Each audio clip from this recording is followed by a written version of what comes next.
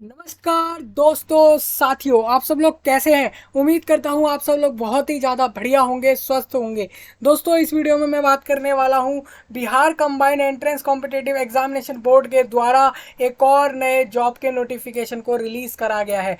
यानी कि इस बार एक और नई जॉब आई है आपके बिहार राज्य के अंदर, जो कि जूनियर रेसिडेंट के पोस्ट के लिए रहेगी। अब ये पोस्ट होती क्या है, इसके बारे में हम जानेंगे, सारा कुछ जानेंगे कि इसके लिए कौन अप्लाई कर सकता है, क्या एज लिमिट यानी कि कितने उम्र के बीच में अगर कैंडिडेट होगा तो इस फॉर्म को भर सकेगा, क्या इस एग्ज़ाम, क्या ये जो जॉब होगी वो कोई एग्ज़ाम लेकर दी जाएगी, और अगर कोई एग्ज़ाम लेकर दी जाने वाली है ये जॉब तो वो एग्ज़ाम कैसे होगा या फिर नहीं होगा, अगर अगर कोई एग्ज़ाम, तो सिलेक्शन प्रोसेस कैसे होने वाला है, हमें ये जॉब मिलने कैसे वाली है, उसके बारे में हम पूरा जानेंगे। देखिए बिहार बोर्ड ने, यानी कि आप अगर कहें तो बिहार सरकार भी हम कह सकते हैं यहाँ पे, तो बिहार सरकार ने स्वास्थ्य विभाग यानी कि हेल्थ डिपार्टमेंट के अंदर उन्होंने एक नोटिफिकेशन जारी करा, जिसके दौरान वो ये बताते हैं कि इस बार 1551 यानी कि 1555 नंबर ऑफ वैकेंसी पर इतने पोस्ट पर जॉब मिलने वाली है कैंडिडेट्स को, जो कि फॉर्म भरना चालू हुए हैं। यानी कि अगर कोई कैंडिडेट इसके लिए एलिजिबल होता है तो वो फॉर्म भर सकता है। इस वीडियो में पूरी बात होगी कि ये जॉब के लिए कौन कौन भर सकता है, कौन कौन अप्लाई कर सकता है। आपको इस वीडियो को पूरा ध्यान से देखना है, एक एक चीज़ को, कोई भी चीज़ मिस नहीं करनी। आपको लिंक सारे डिस्क्रिप्शन में मिलेंगे, आपको आसानी से फॉर्म भरना है और अप्लाई करना है इस जॉब के लिए। लेकिन यहाँ पे कुछ कंडीशंस में अगर आपको बता दूं तो ये एक भले ही परमानेंट जॉब है, इससे कोई आपको बीच में किसी भी टाइम पे हटाने वाला नहीं है।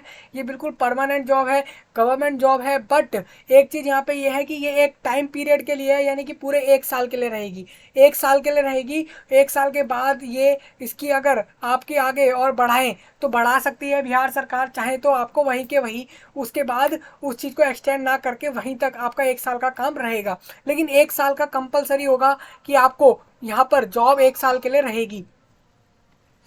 तो हम बात करेंगे इसी के नोटिफिकेशन के बारे में, जो कि बिहार गवर्नमेंट के द्वारा रिलीज़ करा गया है। आप अगर देखेंगे तो आपकी BCE-CEB, ये आपका बिहार कंबाइंड एंट्रेंस का जो बोर्ड है उसके वेबसाइट पर आया है। आपको मैं दिखाने की कोशिश करूंगा पूरा नोटिफिकेशन, साथ ही समझाऊंगा भी एक एक चीज़। जैसा कि अगर आप देखें यहाँ पे प्रोस्पेक्टस के अंदर यहाँ पे जूनियर रेसिडेंट लिखा हुआ है, यानी कि यही हमारा एक नया नोटिफिकेशन रहेगा ये वाला। साथ ही इसी में बोला गया है ऑनलाइन एप्लीकेशन फॉर्म में, अगर आप देखेंगे तो ये वाला जो है इसी में आपको जाके अप्लाई करना है। इसी पे आप क्लिक करके अप्लाई कर पाएंगे। फाइनली आपको इस आने की ज़रूरत भी नहीं पड़ेगी। आप सिंपल जो आपको डिस्क्रिप्शन में लिंक होंगे वहाँ से भी आप आसानी से जाकर फॉर्म को भर सकेंगे।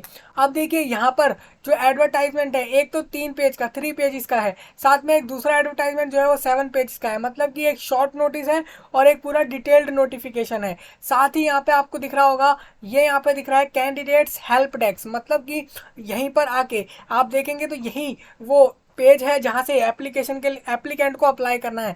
यानी कि अगर कोई कैंडिडेट इसकी एलिजिबिलिटी को फुलफिल कर रहा है, वो इसके लिए सक्षम है, तो वो इसको भरने वाला है। उसको न्यू रजिस्ट्रेशन पे करना होगा, या फिर अगर वो पहले से ही बिहार के बोर्ड जो एंट्रेंस बोर्ड के एग्जामिनेशन का मेन कमीशन का वेबसाइट है उस पर भी वो यहाँ पर अपना ईमेल आईडी पासवर्ड अगर उसने पहले से बनाया होगा अपना यहाँ पर अकाउंट रजिस्ट्रेशन, तो वो यहाँ से लॉगिन करके भी इस फॉर्म को भर सकता है। हम बिल्कुल न्यू रजिस्ट्रेशन से आपको बताएंगे, आप बिल्कुल नए रजिस्ट्रेशन से इसको आपका अप्लाई कैसे करना है, उसके लिए एक अलग वीडियो रहेगा, उसमें पूरा बताया जाएगा कैसे फॉर्म भरना है इस जॉब के लिए। फाइनली आपको एक बात बता दूं, जैसे कि फॉर्म भरना बात की बात है, पहले हमें नोटिफिकेशन को अच्छे से देखना है।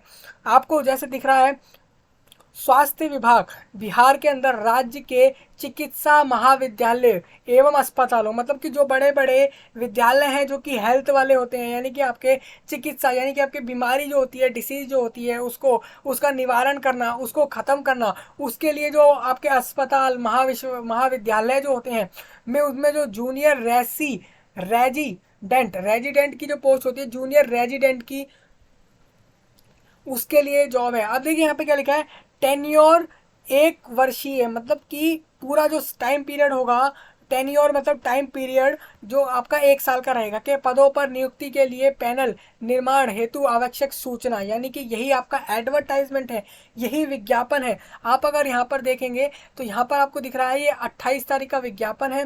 साथ में यहाँ से सारा कुछ इंपॉर्टेंट चीजें चालू होंगी, जैसे कि शैक्षणिक अर्हता मतलब कि एजुकेशनल क्वालिफिकेशन, आयु सीमा यानी कि एज लिमिट, आरक्षण मतलब कि रिजर्वेशन, किसी कैटेगरी वाले को, किसी कास्ट वाले को भी यहाँ पे रिजर्वेशन मिलेगा, देखने को हमें आगे देखेंगे हम इस चीज को।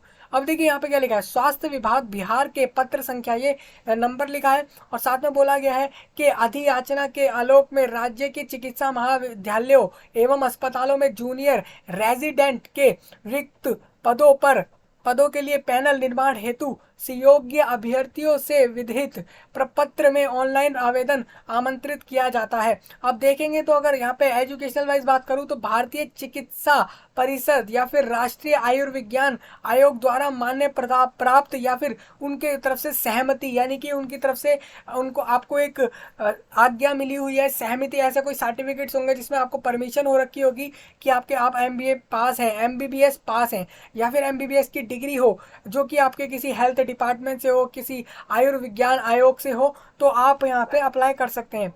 आयु सीमा की बात करूंगा, आयु सीमा आप देखेंगे तो सामान्य प्रशासन विभाग के संकल्प संख्या दिनांक यहाँ पे लिखा है कि आलोक में निर्धारित उम्र सीमा की गणना दिनांक। अब देखिए 1 अगस्त 2022 को जो उम्र होगी वो देखी जाएगी आपकी के आधार पर की जाएगी। अधिकतम आयु यहाँ पर बोली गई है 37 ईयर, और महिलाओं के लिए, अब ये अनारक्षित के लिए बात हो रही है, यानी कि अनरिजर्व कैटेगरी वालों के लिए 37 साल रहेगी। साथ में अनरिजर्व कैटेगरी वालों में ही महिलाओं के लिए 40 साल लास्ट उम्र रखी गई है। पिछड़ा एवं अत्यंत पिछड़ा वर्ग, यानी कि आपका बैकवर्ड कास्ट और एक्सट्रीमली बैकवर्ड कास्ट आप इसे कह सकते हैं, उसमें पुरुष एवं महिला के लिए 40 उम्र रखी गई है अधिकतम। अनुसूचित जाति जनजाति SC/SC को 42 रखा गया है।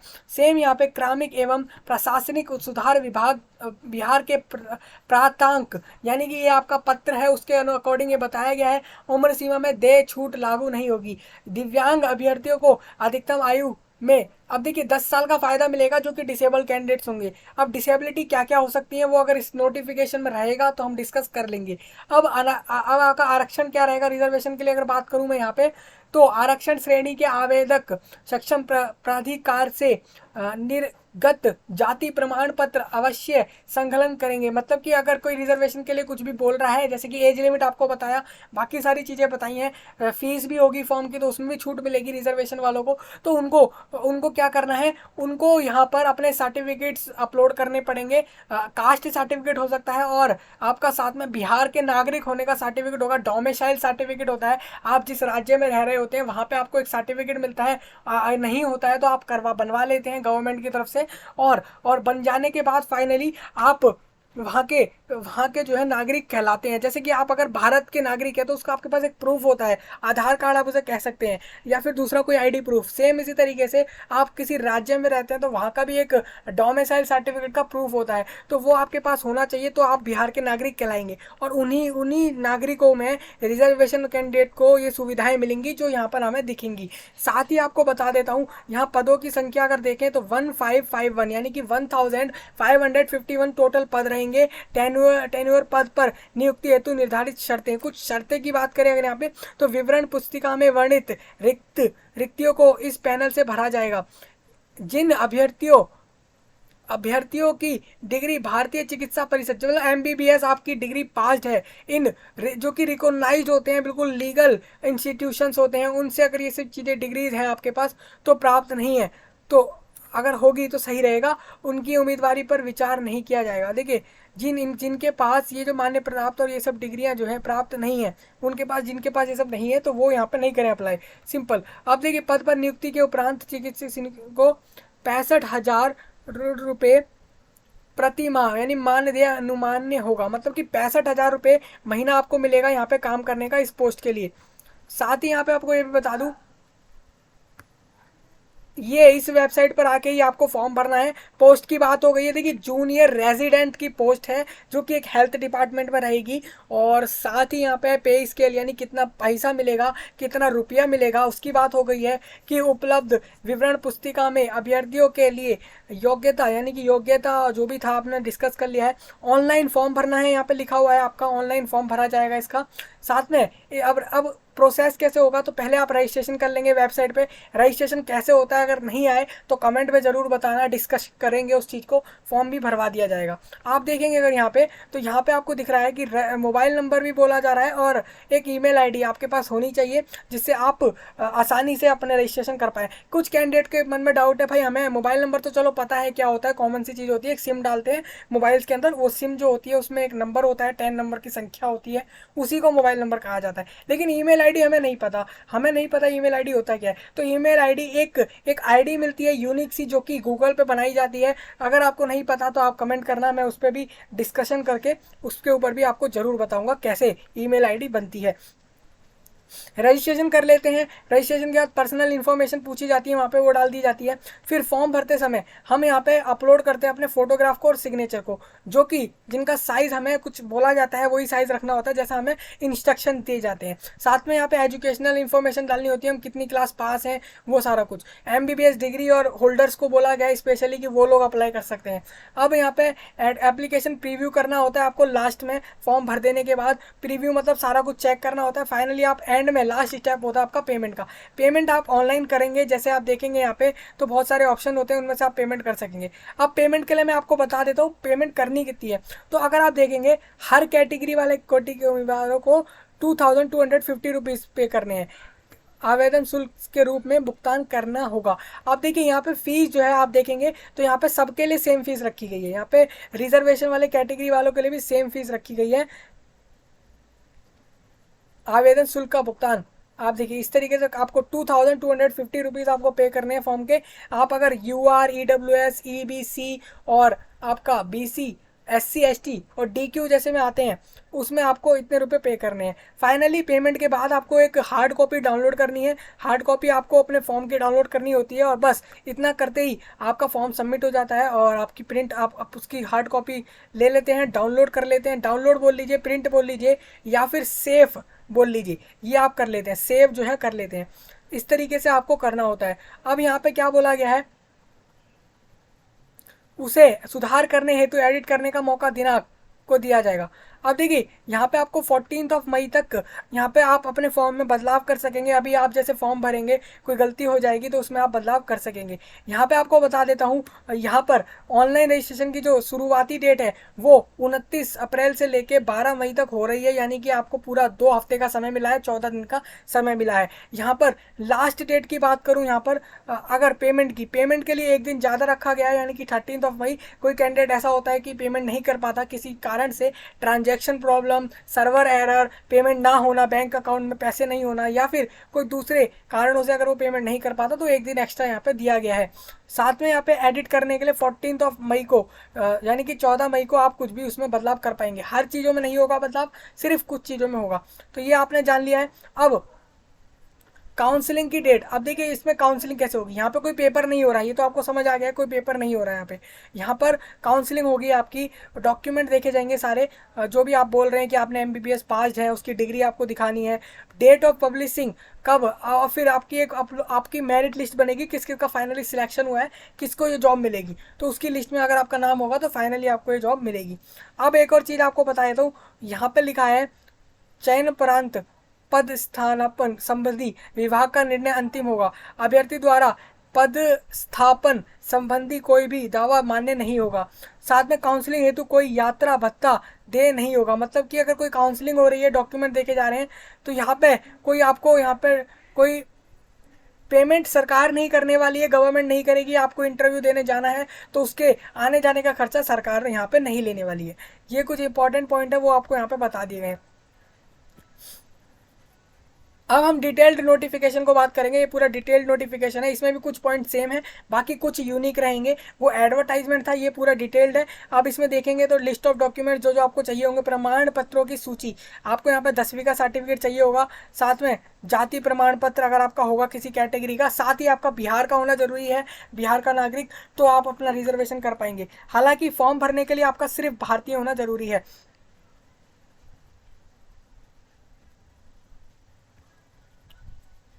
तो ये तो डॉक्यूमेंट की बात हुई है। अब देखिए आपको बता देता हूँ कि ये जो पूरे टोटल पद मैंने आपको बताए हैं, वो पद किस महिलाओं के लिए यहाँ पे 35% रिजर्वेशन है। मतलब कि टोटल जितनी संख्या है पदों की, उसमें से 35% संख्या जो है वो महिलाओं के लिए फिक्स करी गई है। बाकी के जो बचे हैं वो नॉर्मल कैंडिडेट, मतलब कि सारे कैंडिडेट जो होंगे, जो मेल कैंडिडेट होंगे, उनके लिए रहेंगी, क्योंकि महिलाओं को वहाँ पे टोटल फिक्स कर दिया गया है। बाकी सारे जो बचे वो मेल्स के लिए वहाँ पे रहेंगे। आप यहाँ पे अगर देखेंगे एक चीज़, तो वो ये है कि आप अगर देखें तो अनारक्षित यानी कि यूआर कैटेगरी वालों के लिए 547 है रिक्तियां, साथ में महिलाओं के लिए उसमें से 191 उसी के अंदर में से है। अब देखिए ये रिक्ति की संख्या मतलब इतनी टोटल है, इसमें से 35% आप अगर निकालेंगे तो 191 हो गई। ये अलग से नहीं है, उसी में से आपका परसेंट निकाल के बताया गया है। ईबीसी की बताई गई है, और आप इस तरीके से सारे कैटेगरी वाइज देख लेंगे। ये आरजीसी है, और भी बहुत, जैसे कि मतलब पिछड़ा वर्गों की महिलाएं, जो पिछड़ा वर्गों में महिलाएं होती हैं उनको आरजीसी शॉर्ट फॉर्म में बोला जा रहा है यहाँ पे। उसमें महिलाओं के लिए यहाँ पे रिक्तियां टोटल हैं वो सारी महिलाओं की यहाँ पे फिक्स रहेंगी, तो अलग से उन्होंने बताया नहीं है। वेतनमान आपको बता दिया गया भाई, 65,000 फिक्स्ड सैलरी है, इतना आपको पैसा मिलेगा इस काम का। और कर्तव्य क्या होगा, राज्य के सरकारी चिकित्सा महाविद्यालय एवं अस्पतालों में चिकित्सीय कार्य, आपके चिकित्सा से रिलेटेड यानी कि आपके हेल्थ से रिलेटेड जो भी आपके किसी डिसीज और जो भी हॉस्पिटल में छोटे मोटे काम रहते हैं, थोड़े बड़े स्तर के भी रहेंगे, तो आपको चिकित्सा वाले सारे काम में जो भी आपके रहेंगे अस्पतालों में और महाविद्यालयों में आप अगर देखेंगे तो महाविद्यालयों एवं अस्पतालों दोनों में ये चीज़ रहेगी। किसी में भी आपका हो सकता है, वहाँ पे किसी में भी आपको मिल सकती है जॉब। शैक्षणिक योग्यता यहाँ पे आपको बता दी है मैंने, साथ ही राष्ट्रीयता बता दिया है, उम्र बता दिया है आपको, उम्र भी डेट के हिसाब से आप देख लेंगे।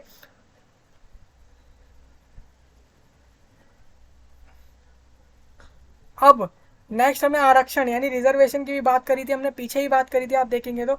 और यहाँ पे देखिए, यहाँ पे स्वतंत्रता सेनानियों के पोता पोती नाती, या फिर अब देखिए यहाँ पे ऐसा होता है पोता पोती है, उसके आगे वाले जनरेशन का नहीं है। ऐसा भी हो सकता है कि पोता पोती के बाद वाला जनरेशन भी अभी कहीं ना कहीं किसी फैमिली में हो रहा हो, तो वो भी यहाँ पे एप्लीकेबल होंगे, क्योंकि वो एक्चुअल में है तो स्वतंत्रता सेनानी के ही जनरेशन में, तो इस वजह से वो लोग भी यहाँ पे आ जाएंगे। सेम अगर आप देखेंगे तो दिव्यांगजनों के लिए यहाँ पे फिक्स करा गया है, और स्वतंत्रता सेनानियों के लिए भी यहाँ पे फिक्स करे गए हैं कितने पद रहेंगे। अब यहाँ पे कुछ आपको ये वाले पॉइंट इंपॉर्टेंट है जो जानना बहुत जरूरी है। जैसे कि आपको बता दूं कि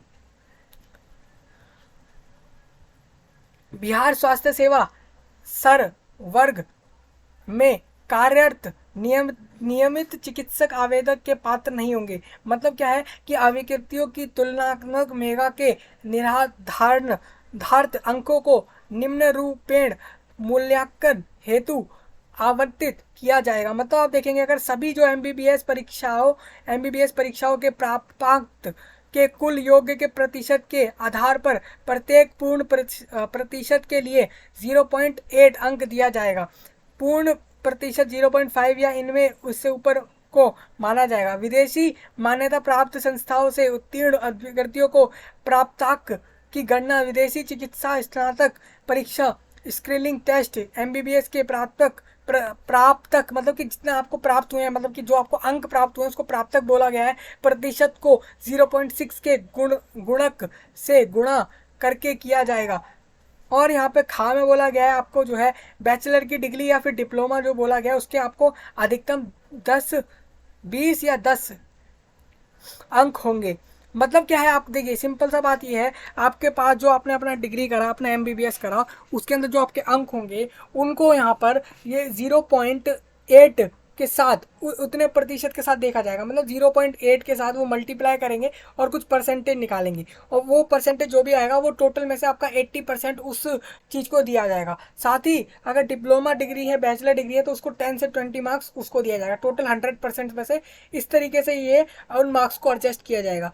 अब काउंसलिंग हेतु कोई यात्रा भत्ता नहीं मिलेगा, ये आपको पहले ही बता दिया गया है।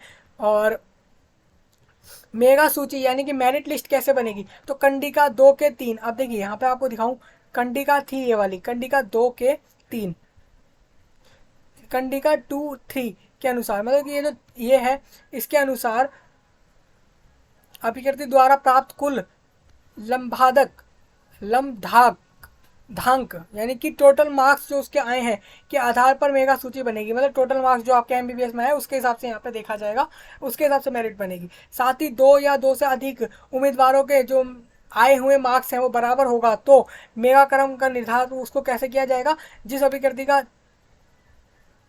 खा में अधिक अंक प्राप्त होगा।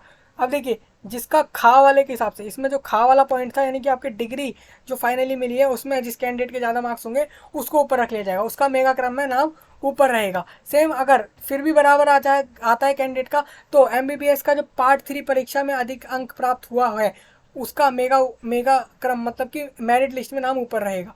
इसी तरीके से जिस अभिकृति की आयु अधिक होगी उसको ऊपर रख दिया जाएगा। तो ये पूरा प्रोसेस है। अगर भाई कोई कैंडिडेट के मार्क्स सेम आ जाते हैं तो इस तरीके से ये लोग एडजस्ट करते हैं और फाइनली उस कैंडिडेट के मार्क्स ऊपर रखते हैं इस तरीके से। फीस की बात हो गई है, कैसे अप्लाई करना है वो हमने बात कर ली है, पहले भी हमने उस वाले नोटिस में भी देखा था, यहाँ पर भी हम वही देख रहे हैं, डेट भी आपको सारी बताई गई है। यहाँ पे कुछ इंपॉर्टेंट चीज़ें हैं, आप ये वाले जो अन्य निर्देश हैं, अन्य निर्देश, यहाँ पे निर्देश होना चाहिए था वैसे निर्देश लिखा है। आप अगर देखें इंस्ट्रक्शन हम बोलते हैं तो आप इसको पूरे को अच्छे से देख सकते हैं। ये पूरा आपके इंपॉर्टेंट चीज़ है, ये सारे टोटल 11 पॉइंट्स है, बस आप इसको देख लेंगे तो बस आपका नोटिफिकेशन पूरा समझ आ जाएगा। फाइनली बस इतना ही करना है। अब आपको 12 मई तक फॉर्म भरने का समय दिया गया है और फीस के लिए एक दिन एक्स्ट्रा, 1 डे एक्स्ट्रा मिला हुआ है यहाँ पे फीस जो है सबमिट करने के लिए। अब मैं आपको बता देता हूँ, सिंपल सा है एक रूल कि आपकी एज यहाँ पे कोई लिमिट मिनिमम नहीं रखी गई है, लेकिन आप मान के चलिए कि 16, 17, 18 ऐसी एज होनी चाहिए। हालांकि जो बैचलर पास होते हैं या एमबीबीएस पास होते हैं उनकी उम्र जो होती है वो इतनी तो होती ही है, लेकिन मैक्सिमम में बताया गया आपको 37, 40, 42 और बाकी 10 ईयर डिसेबल कैंडिडेट को यहाँ पे एक्स्ट्रा मिल रहे हैं। तो ये आपको पूरा ध्यान रखते हुए इस फॉर्म को भरना है, लेकिन ये 1 ईयर टाइम पीरियड के लिए रहेगी, उसके बाद की अभी कुछ नहीं बोला है। उसके बाद हो सकता है जब टाइम पीरियड खत्म होने वाला हो तब ये आगे बढ़ जाए, लेकिन अभी के हिसाब से अगर आप देखें तो 1 ईयर आप समझ सकते हैं कि 1 ईयर का ही है। और 65,000 पर मंथ अगर आप देखेंगे तो यहाँ पर करीब करीब ये जो है 8 लाख के करीब यहाँ पे जो है पूरे ईयर का जो है हो जाएगा। तो इस तरीके से आपको ये आपको मैंने बता दिया है पूरा, जो कि जूनियर रेजिडेंट की पोस्ट के लिए आपके हेल्थ डिपार्टमेंट के अंदर जॉब है। तो ये पूरा नोटिफिकेशन हमने डिस्कस कर लिया है और अब इस वीडियो को करेंगे अब एंड। आपको बता देता हूँ सारे लिंक डिस्क्रिप्शन में होंगे, आपको बस सिंपली वहाँ से जाना है और आपको अप्लाई करना है बिना किसी देरी के। फॉर्म फिलअप में कोई अगर कुछ भी प्रॉब्लम रहेगी तो कहीं ना कहीं अगर लगेगा तो डिस्कस करा जाएगा इस चीज़ को। बस यही था, मिलेंगे नई वीडियो में, तब तक के लिए आप सभी का धन्यवाद।